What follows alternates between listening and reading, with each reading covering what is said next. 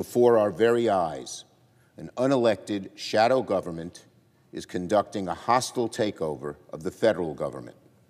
Friday night, the so-called Department of Government Efficiency, led by billionaire Elon Musk, gained access to the Treasury Department's entire system of payments, including Social Security and Medicare benefits and Americans' tax refunds. I'll say more on this in a moment. But that was not all. This weekend, DOGE staffers also executed what can only be described as an illegal seizure of the U.S. Agency for International Development, or USAID. We don't know who these DOGE staffers are. We don't know if they have security clearances. We don't know what legal authority they have to access USAID facilities, if any. But we do know a few things. First, we know USAID has been completely ripped apart.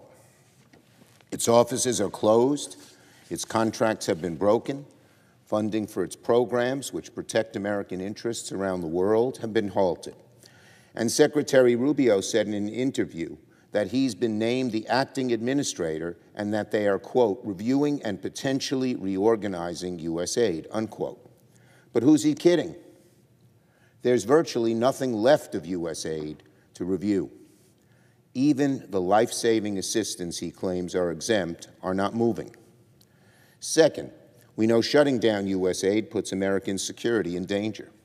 USAID programs preserve America's influence in Africa, Asia, and regions across the world. Our humanitarian efforts are critical for fighting Ebola, which is spreading in Uganda right now. It's essential for countering terrorist activity. At the time of soaring egg prices, shutting off USAID programs that fight the global spread of bird flu is utterly asinine. If America retreats from the rest of the world, China will fill the void. Russia's influence will grow. Hatred against the U.S. will keep rising. Our diplomatic influence will disintegrate.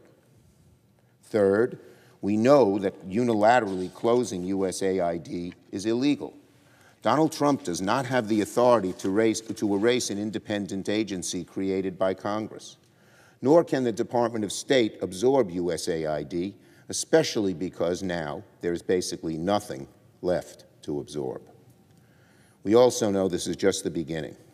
If DOGE attacks USAID today, then you can be sure they'll move on to another target tomorrow. Who knows? Maybe it'll be the Postal Service, or the IRS, or even the Social Security Administration. They could be next, or maybe our national security agencies. We also know something else. By shutting down USAID, DOGE is doing the work of Russia and China at the expense of the United States. In 2 weeks, DOGE has done more to erode American global influence than Russia and China have been able to accomplish in a long time. For Russian President and Putin ally Dmitry Medvedev even celebrated DOGE's activities online. Russia is elated by what DOGE is doing. Both Russia and China hate the work of USAID because it limits their own influence on the world stage. And now China and Russia have, in effect, their own propaganda machine within the federal government. This is dangerous. This is against America's interests. And President Trump needs to show some leadership and rein in DOGE before it inflicts more harm on America's national security. Finally, DOGE's behavior is part of a troubling pattern of Russian and Chinese communist sympathizers increasing their influence on American foreign policy. A few days ago, Donald Trump named Darren Beattie as acting Undersecretary of State. Mr. Beattie has long pushed the Chinese Communist Party line on the Uyghur genocide. He has repeated Russia's propaganda on the Ukraine war. He has even advocated that the U.S. make a deal to allow China to take over Taiwan. And now he has one of the most senior positions within the Department of State and oversees a large swath of American diplomatic work. Make no mistake, DOGE's conduct cannot be allowed to stand. Republicans in Congress must join us to take action to restore the rule of law and stop any potential law-breaking by DOGE.